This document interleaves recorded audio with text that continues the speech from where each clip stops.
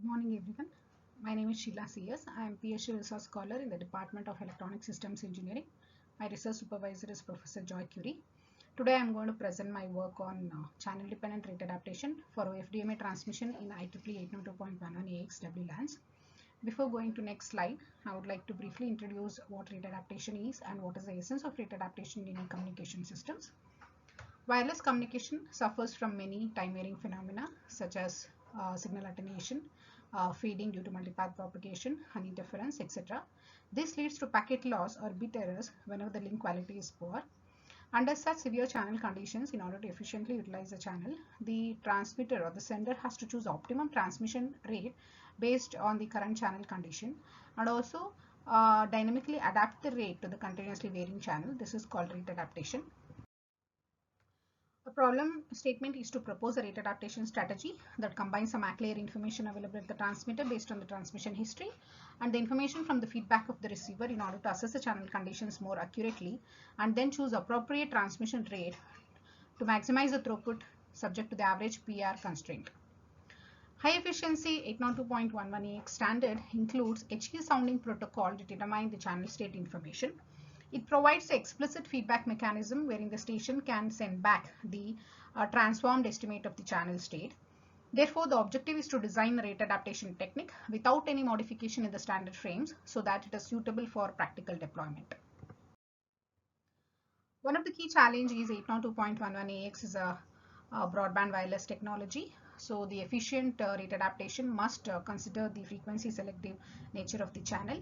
Unlike AWGN channel, the PR performance varies as a function of subcarrier SNR, or in other words, PR depends upon the subband SNRs. Here in the first subplot, this shows the SNR which is varying across the subcarrier.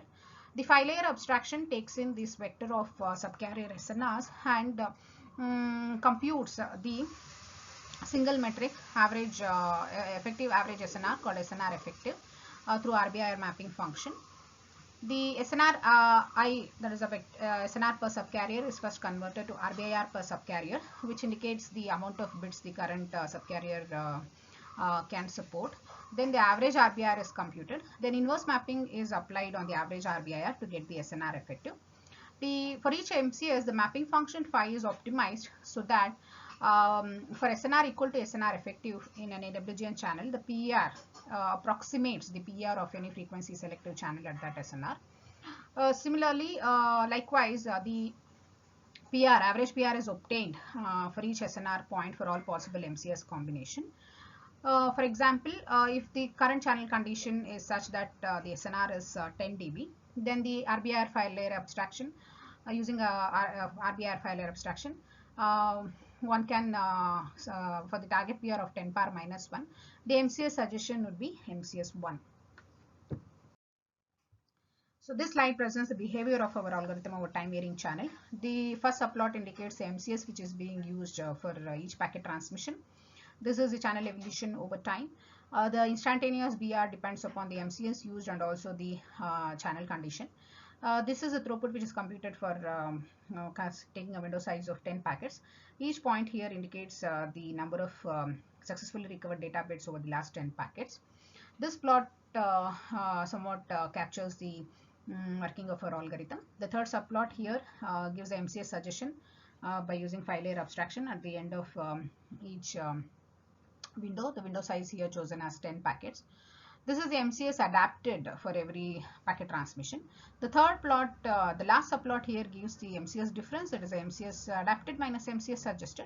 Whenever the channel condition is good, the algorithm, our algorithm uses higher order MCS in order to get the higher throughput.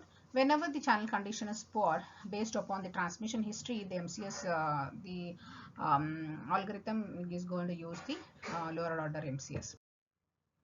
This gives comparison results of throughput and PR performance of our algorithm with other existing 4 other algorithms.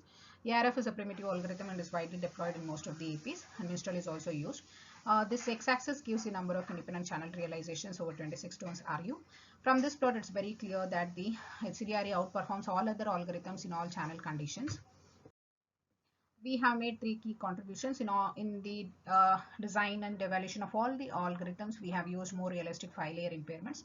We have got significant throughput gain through thorough MATLAB WLAN toolbox simulation of about 7 to 28%. We have proposed a standard compliant solution, and there is no need for any customized mechanisms to implement our algorithm. Currently, we are working on the usage of reinforcement learning models for the link adaptation in order to optimize expected throughput. We also intend to use a learning-based approaches for a grouping of clients in a multi-user scenario.